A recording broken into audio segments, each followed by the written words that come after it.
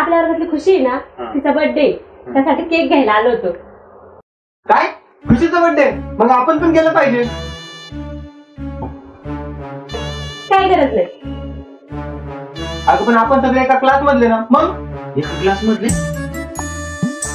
देवा, येतो ना आम्ही पण चकुली चिरगुटे. मग खरंच थोडी.